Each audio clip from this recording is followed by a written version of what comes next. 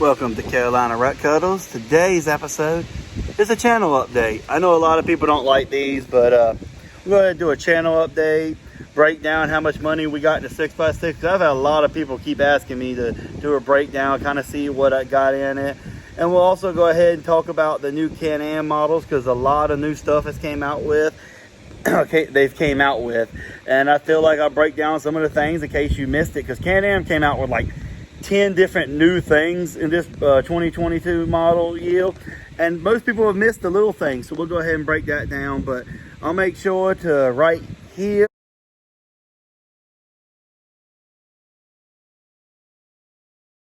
go ahead and put a stamp, not a stamp, just a little card to say which time frame has what. But we'll start with the update, and then we'll go into the breakdown of the 6x6 and what we got in there, and then we'll go into the Can-Am last. But make sure, even if you don't like Can-Ams, just go ahead and watch it, because there's some things that maybe you'd be interested in. So let's start right now. So the reason why we're doing a channel update is because we've been on YouTube for 1 year. 1 year of Carolina Rut Cuddles. Well, technically, I started kind of in April, but I didn't start doing full videos till August 30th. That was my first full-on video, not just like clips I was throwing together. So 1 year we've been at it. So as of right now, we got 546 or 47 subscribers, 53,000 views, and 2,400 hours watched. So we are really doing good, in my opinion. A lot of people will be like, well, that ain't that great. My friends got over 20,000 in less than 3 months. Well, I'm glad your friend's doing good, better than me. But that's what the channel's doing, and I think we're moving right ahead. From August to, I think it was December 25th, Christmas was the day that we hit 100. Then from there till now, we've just been moving right along. The first 100 was probably the hardest. I always tell people that the main thing is to stay focused. Do not get distracted. Don't start getting upset, because if you start getting upset and not thinking straight, you'll start doubting yourself. And once you start doubting yourself, then you don't want to record, and then you won't put videos out. The number one thing is you're not going to be moving really fast most time. You're going to be moving slow. You're not going to get a lot of subscribers. You might not get as many views as you think you should. I mean, come on, guys. I got a 6x6 Honda 300. And I'm still not getting 10, 20,000 views on this thing. The most I've got is 1,000. This is a one-of-a-kind 6x6 Honda 300. Only one. There's only one. And even I can't get thousands of views right now. I haven't got no breakout videos. I got some breakout videos, but they're not of this thing.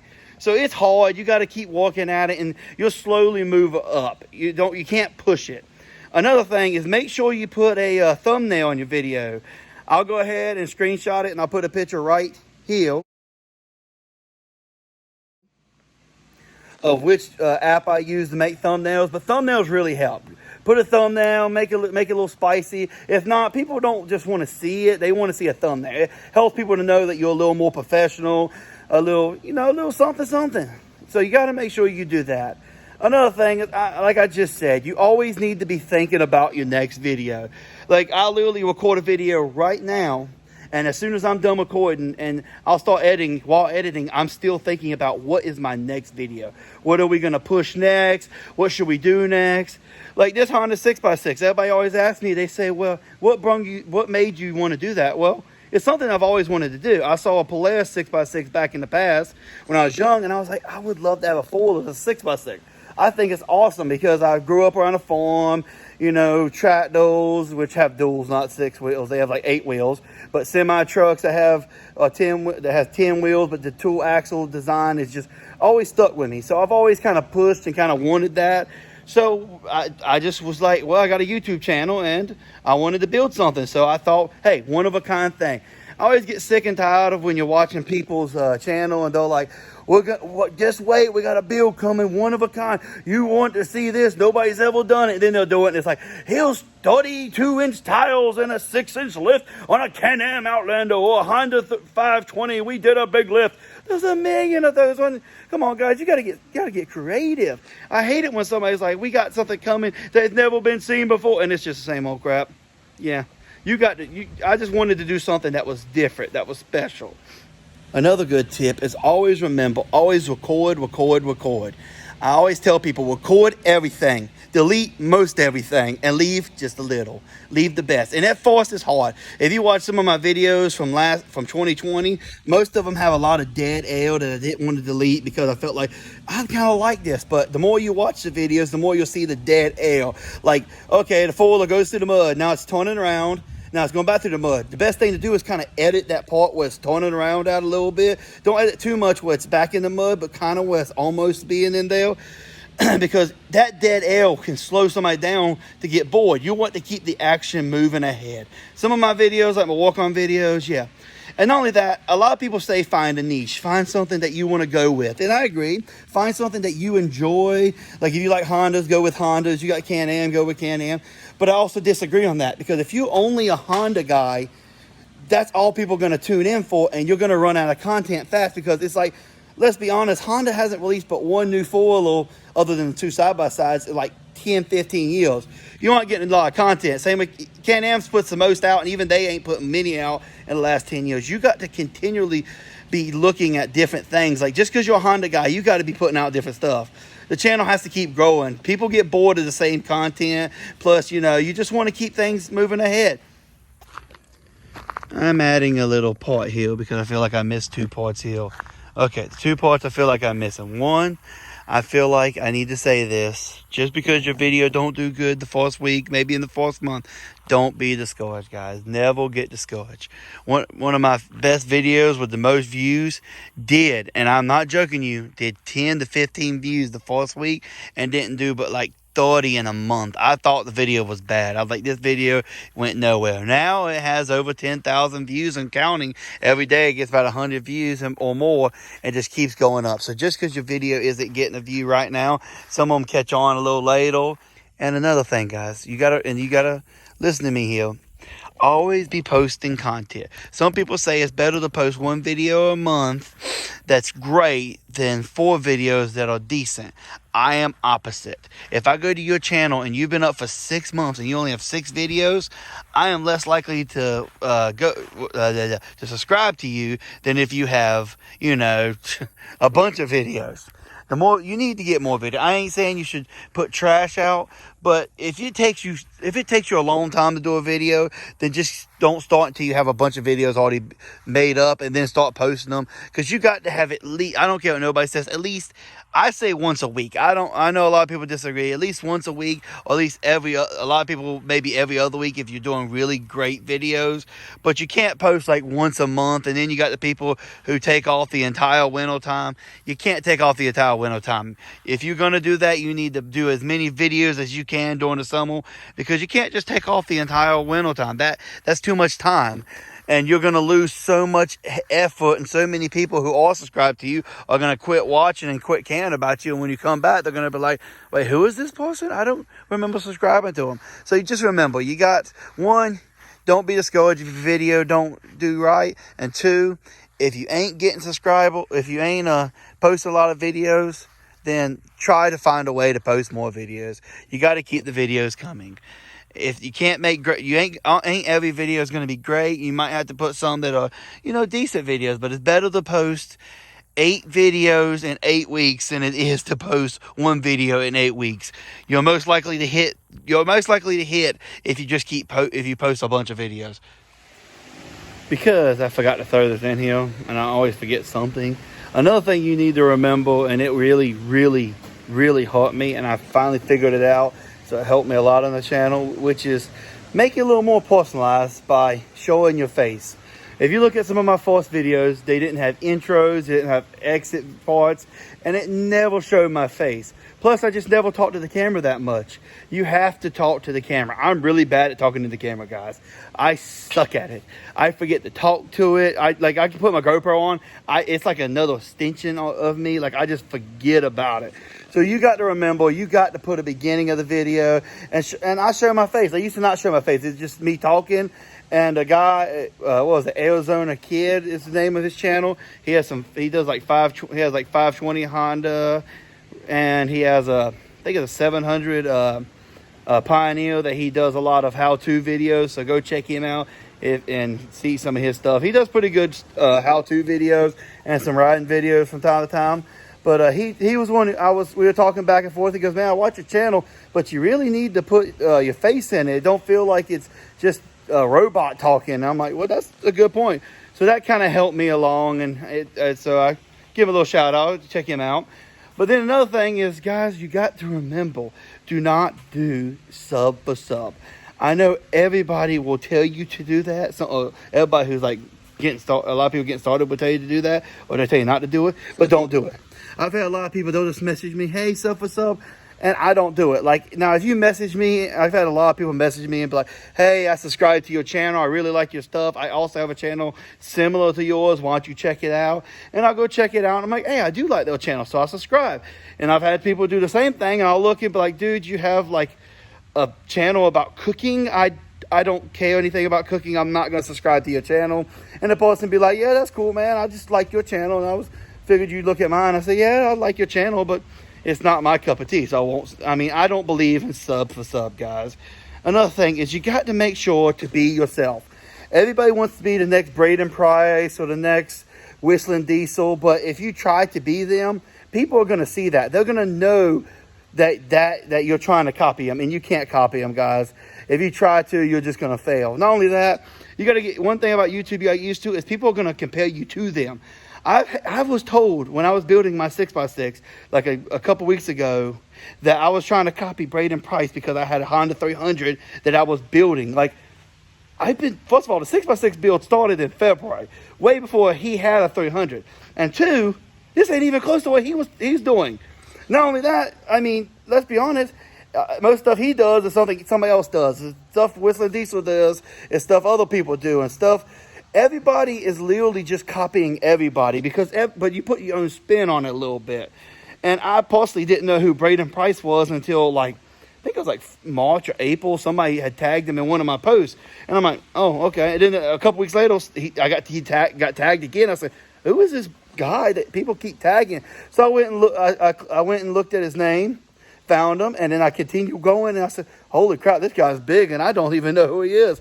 I watched one or two of his videos and never really knew him. I mean, he doesn't do like straight up mud videos. He does a lot more kind of like video vlogs or whatever. And that's cool. And I do like some of his videos, but he's not my cup of tea. I'm more of a like Austin Cruiser where you just straight send it like an hour video of just straight mud. And that's more my style. But I do like Braden Price, and maybe me and him can ride one day. But definitely don't tag him in this, guys. I hate when people do that. They're like tag him in it. Like, guys, why do y'all do that? He's not going to see y'all's tag. It's not going to work for you guys thinking that, hey, look at this. Oh, yeah, I get a shout out from Brady Price. He's not going to shout y'all out. I'm sorry, guys. Quit doing that. Along with that, guys, you got to remember this. And this is something that's helped me a lot. You got to make other channels to go with it. A lot of people don't do that. And that I started the channel and I wasn't getting a lot of subscribers and I was having trouble. So I went ahead and said, hey, why don't I make an Instagram to go with it? And then my Instagram, it got bigger and bigger. It's actually probably bigger than my YouTube. And I put a lot of memes. So most people are going for the memes now, but a lot of people go for the 6x6 and the Wolverine and a lot of my mud videos. But like that you kind of got to do stuff like that. It branches you off. It shows people who you are. You got to, and one big mistake I made was not making a TikTok sooner. I mean, I've kind of got late on TikTok. I didn't really want to make one. So I just made one in January, and I'm already up to like 8,000 followers. I mean, I don't know how TikTok works. Is that big or little? I'm not really trying to get big up there. But yeah, so I missed out on that. But I have got a lot of subscribers since then on my YouTube from TikTok. So I have got a lot, but I should have made one sooner. It helps branch you off. And I just made a Facebook recently. Each one of these things is stuff you got to do in order to build a channel. In each channel you have to focus on. You can't just give up and be like, oh, here's some stuff on this channel. Here's some stuff. Each channel has to have its own identity a little bit. I'm like, my TikTok is just short videos. I make videos just for it sometimes. And then my Instagram, it's literally just memes most time with some videos because people like the memes up there. That's what people want. Off-road memes. They love them. And then my Facebook is literally just keeping the channel updated. So each piece is different than the other. And you have to kind of have this. That's kind of how I've got. A lot of people, a guy messaged me a while ago asking, well, how do you keep getting subscribers? Like, you went from about the same as me and you jumped ahead way past me. I said, well, it's my Instagram. It's all this stuff. I'm always going through on my Instagram and just liking people's stuff. and commenting. And sometimes, I mean, even on Facebook. Facebook is the best thing ever. I go in the 300 group and I'll be like, hey, look at my Honda 6x6. And these people love it. That's where I got a lot of subscribers from. And they'll keep coming to look. They love my picture updates. And you go on Facebook groups, find the ones. Don't be like bamming them with all these like links, like look at this. Like, no, you got to be a part of the groups. Don't be just somebody who just puts links up, because they'll just quit sharing your stuff after a while. Delete it. But that's just a few other things that I've realized. Now that we kind of got all that out the way, let's go ahead and break the channel down in pieces. First and foremost, since everybody's asked me this again and again, I keep telling people, but apparently they didn't watch the video I said it, but we did sell the Grizzly 660. I'm still sad about selling it. I really didn't want to sell that thing, but the harness was messed up. I replaced everything else. That's the only thing it could have been. Every other part on it other than the engine was replaced. And honestly, that had to be the problem. And it was on back order. And I kept waiting and trying to find one. And all the used ones were like double the price. And I'm buying a used one. It might be broken too, because mine was broken right underneath the tank, I think. That's what everybody says they'll break. So the 660's gone. We'll go ahead and put a video up right now.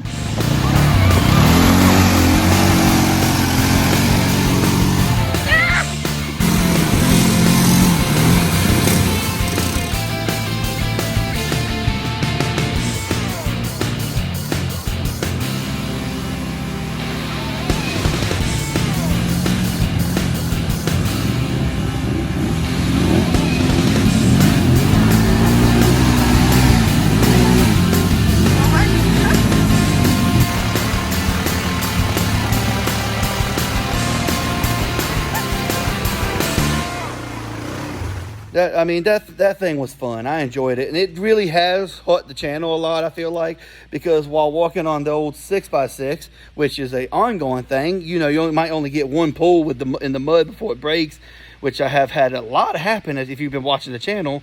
Then it has hurt the channel not having a second bike. Most likely, I will be getting another four-wheeler soon. I'm saving up right now, but you know how life goes. AC breaks, this breaks, it just happens. But most likely in the next couple months, I'll be getting probably a Can-Am. I've been looking at a few of them. I've been looking at some. If I'm going to go used, I'll get like a Grizzly. But if I go new, I'll probably get a Can-Am, unless Honda just comes out of nowhere with something explosive great. Because the 520 just isn't me. Not for the price. If that price was $8,000, I'd jump on the 520, but not for the price. So next, we are going to go with the Wolverine, the X4, as some people would say. That thing is pretty much finished. The build's done. I know a lot of people keep asking what we're going to do next with it. There's a few things I wanted to do, but we never got to it. Here's some of my favorite moments right here of the things we've done with it.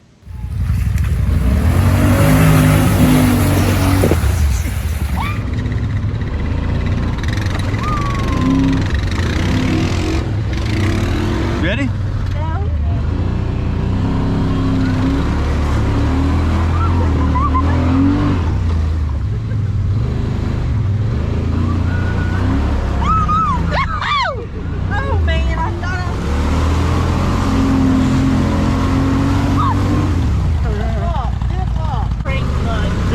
You and me both, man.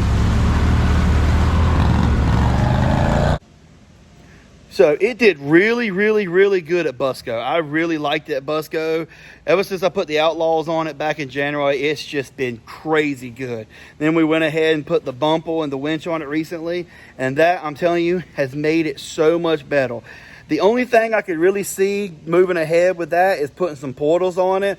But because of $4,000, and like I said previously, I want to get another four-wheeler, which would pretty be like half, that would be like half of the four-wheeler or more, depending on if I get used or new. So yeah, I don't think I'm putting portals. Unless Super ATV starts sponsoring us, yeah, it's not going to happen anytime soon. But X4 has to be one of the most reliable I have. We're going to do a lot more mudding with it. We're going to go riding with it. We'll get some carnivores on. We'll get some carnivores and some different rims. Take it up to West Virginia, and we'll do some rock climbing with it. We ain't done with it, but we'll keep going. So here is the moment you guys have been waiting for. How much money do I actually have invested in the Honda 6-Tracks, the Honda 6x6? Here's kind of a little piece of paper I kind of did. Okay, so we got $40 times 4 for the the sprockets. Everything's tore apart right now because we're fixing it.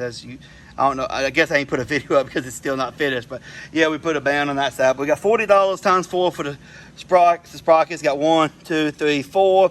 Then we got $30 times 3 for the bands because we now have another band on the outside. We have $80 for the shaft. The reason there's $80 for the shaft, if you're wondering, is because we couldn't buy just a little stick. They made us buy the entire stick, which is lucky because we bent it and just had to put another piece on. We still got enough to make like 2 more. But anyways, that's where that come from. I say $50 worth of chains. I almost think it's more than $50 worth of chains. But because I can't really find a piece of paper to say what it cost, and since I don't know how to find these, we call them 50 heavy. They're something we use on a lot of equipment, like our planners. Let's see if, where's the planner at? Yeah, that planner back out. It uses what they call 50 heavy chains. So honestly, I'm going to go with $50 because that's what I think, but it might be more. And then, of course, we have $600 for the gear reduction and $20, I think it was, for the gasket to put the gear reduction on.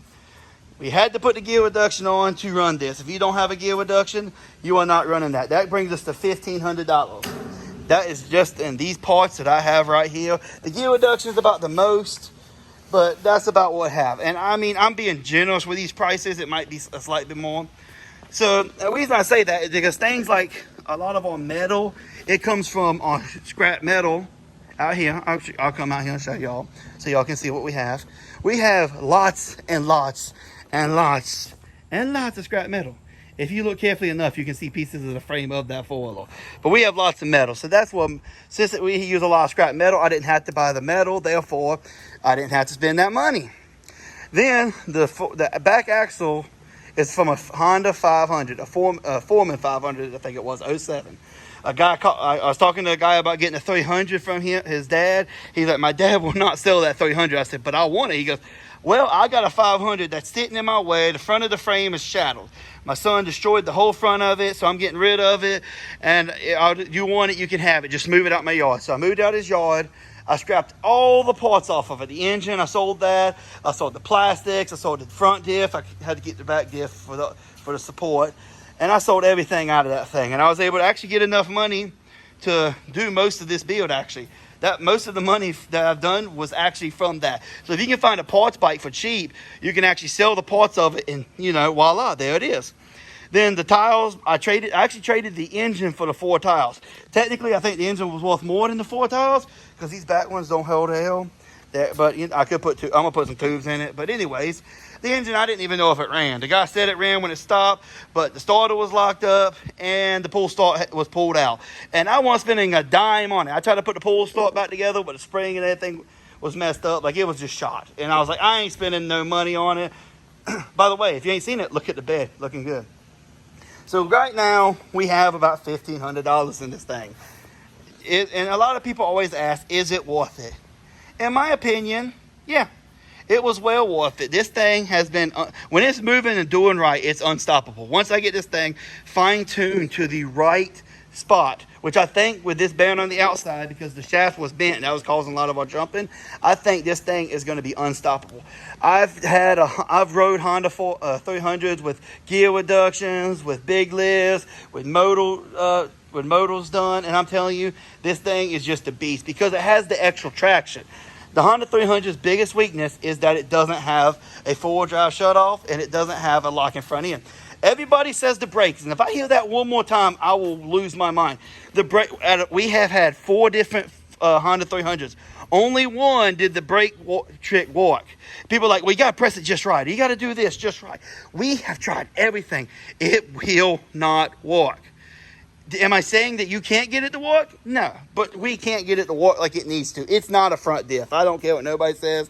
And the problem is they still sell the locking front diffs, but the 4-wheel drive shutoffs, used broken, are $500. You can almost put this entire thing together without the gear reduction, take the gear reduction off for that price. And yeah, I know it's crooked. It's not bolted on, guys, by the way. It's just kind of just up there while I was measuring stuff the other day. So to me, it was worth it. If I'm be honest, I always wanted one. I think it's an awesome build. It would have been better if I could have had a Honda 300 to go back here. But it won't matter because I'm planning on putting a Honda 300 rear end under this, and I'm gonna make it shaft drive.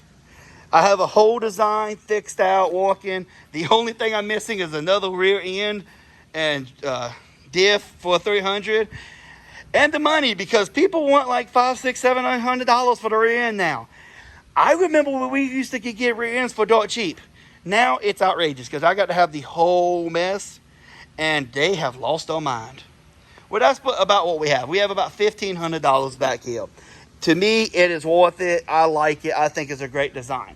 I mean, the biggest once I get this thing 100% fine-tuned, I'll do what I call a fine-tune video as well. I take every problem I've had and show you how I fixed it, all the things I wasted my time trying to do, like the tensionals. I thought the tensionals would do something, but instead I had to actually put stiff bar. This thing has no suspension anymore, guys. It's completely stiff because the chains will not take the suspension. It's kind of sad. When I go shaft drive, I can't wait so I can go ahead and get back to the suspension. Well, anyways, that's this part of the video. Thanks for watching the price drop down. If you need some more info, let me know. That's about everything we have on this right now. So now we're going to jump into the Can-Am. I know a lot of y'all are not really interested in the Can-Am stuff, but come on, guys. You got to give respect to them.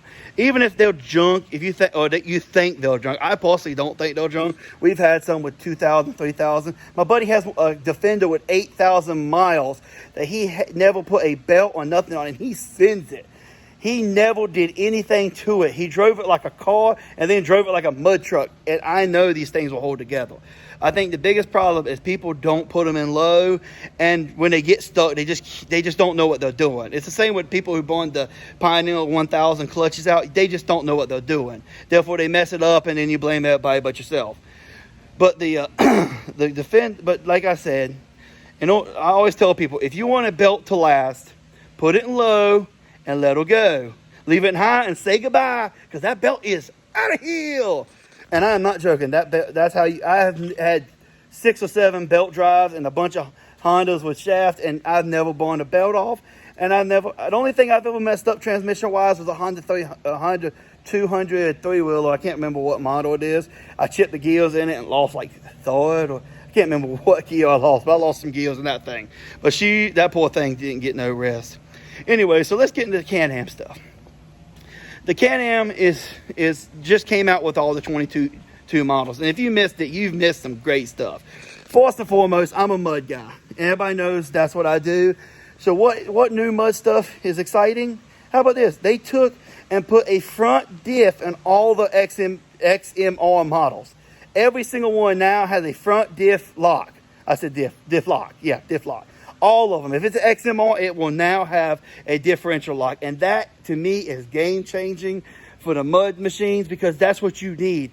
I know the Vizzo lock did work. My buddy had it, and it did work. But most time, it worked just a second too late. Kind of like the old Honda, like my 300 over here. It's supposed to work, but it doesn't work like it's supposed to, and it's just a pain in the butt. Actual mechanical diff lock, like the old, like all Grizzlies and all Yamahas. Any high-end Yamaha except the stripped-down ones have a diff lock. And I'm telling you, I don't care what nobody says. If they say they don't need it, they must be riding in the flattest of flat. I live on the East Coast, the flattest of the flat land. And I have to use diff lock all the time to climb out of a hole, because you see my videos, we get like this and the one wheel spinning, the other one not. If I had diff lock on this thing, right, on this 6x6, that thing will crawl right up. It wouldn't even need the rear axle. So that is, to me, that's a game changer. Then, a lot of people didn't realize the Renegade actually dropped the 570. They said, nope, no more 570 Renegade XMR. It's now a 650 Renegade XMR.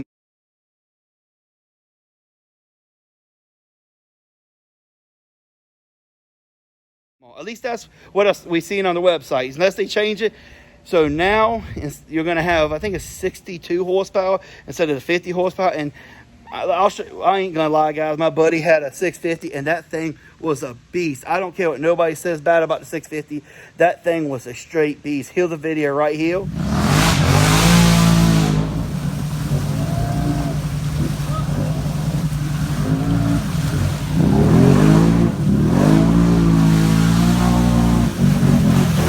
We sent that thing. All we had was a little Dalton clutch kit. Didn't have full clutches, and that thing would just go and go and go. There's nothing stopping it. So this is really exciting to me. And not only that, they went ahead and Now this is nobody's talking about this. I don't know why, but the 570 now has two models. The XMR does. There was the MR and the XMR.